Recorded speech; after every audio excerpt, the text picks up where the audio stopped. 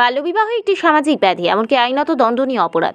সবকিছু জানা সত্ত্বেও কিছু কিছু অভিভাবকরা তাদের নাবালিকা সন্তানদের ভবিষ্যৎ জলাঞ্জলি দিয়ে নিজেদের দায়িত্ব খালাস করতে কম বয়সে বিয়ে দিয়ে দিচ্ছে।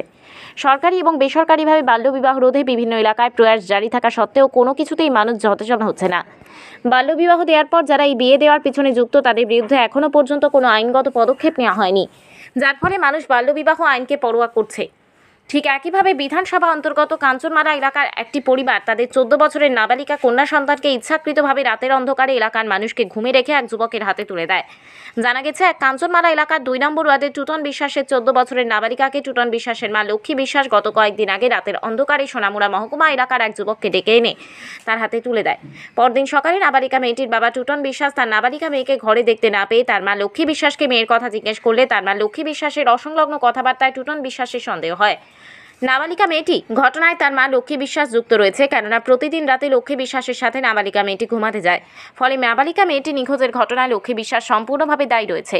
সারাদিন টুটন বিশ্বাস মেয়েকে খোঁজাখুঁজি করার পর কোনো সন্ধান না আসে নিজেও বাড়ি থেকে উধাও হয়ে যায়। অন্যদিকে স্থানীয় এলাকাবাসীরা নাবালিকা নিখোঁজের ঘটনায় লক্ষ্মী বিশ্বাসকে এই ঘটনায় দায়ী করছে, যার ফলে লক্ষ্মী বিশ্বাস লোকলজ্জার ভয়ে বাড়ি থেকে পালিয়ে যায়। অন্যদিকে টুটন বিশ্বাসের বাবা ভজন বিশ্বাসকে এলাকাবাসীরা এই ব্যাপারে জিজ্ঞাসা করলে তিনি এই ব্যাপারে কিছুই জানেন না বলে জানিয়ে দেন। এদিকে 14 বছরের কি নাবালিকা মেয়েটিকে মানুষ হিসেবে গড়ে তোলার জন্য যাদের কাছে দায়িত্ব ছিল, সেই লক্ষ্মী বিশ্বাস নিজেই অন্য ছেলের হাতে তুলে দিয়েছে বলে স্থানীয় এলাকাবাসীদের অভিযোগ, যার ফলে এই ধরনের ঘটনায় শনিবার স্থানীয় এলাকাবাসীরা সাংবাদিকদের মুখোমুখি হয়ে অভিযোগ জানিয়েছেন। সমাজে এই ধরনের ঘটনা মেনে নেওয়া যায় না। লক্ষ্মী বিশ্বাস সবকিছু জেনে বুঝে 14 বছরের নাতনিকে কিভাবে অন্য ছেলের হাতে তুলে দিয়ে সমাজের প্রতিটি মানুষের মুখে চুনকালি মেখেছে বলে অভিযোগ। এলাকাবাসীরা আরও অভিযোগ করেছে, মেয়েটির বাবা টোটন বিশ্বাসও এখনও হয়তো এই ছেলেটিকে নিজের জামাই হিসেবে মেনে নিয়েছে। এলাকাবাসীদের অভিমত, যদি তা না হয় তাহলে ঘটনার পরদিন মেয়েটির বাবা টোটন বিশ্বাস কেন থানায় নিখোঁজ ডায়েরি করায়নি। তবে এই ধরনের ঘটনায় গোটা এলাকার মানুষ টোটন বিশ্বাসের পরিবারের দিকে একাধিক অভিযোগের আঙুল তুলেছে।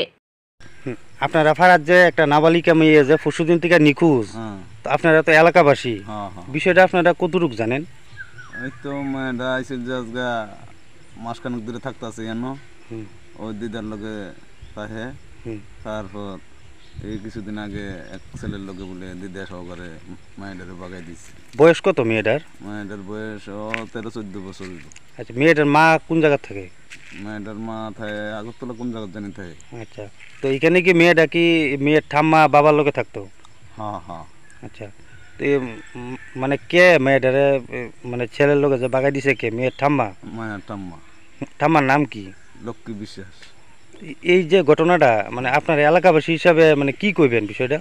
ওই তো এলাকার দুর্নাম হইতেছে, এলাকার বদনাম, কিন্তু এলাকাতে আমরা তো শান্তি চাই। এমনভাবে হইলে তো আমার ছেলে আছে, আমার মেয়ে আছে, মনে করেন এটার দেখা দিয়ে আরেকজন শিখলো। হ্যাঁ, তো এটার ব্যাপারে মেয়েটার বাবার নাম কি? মেয়ের বাবার নাম টুটন বিশ্বাস। আচ্ছা, মানে কোন এলাকার বাড়ি তার? কাঞ্চনমালা স্কুলের পেছনে। আপনার নাম কি? আমার নাম আশিস চৌধুরী।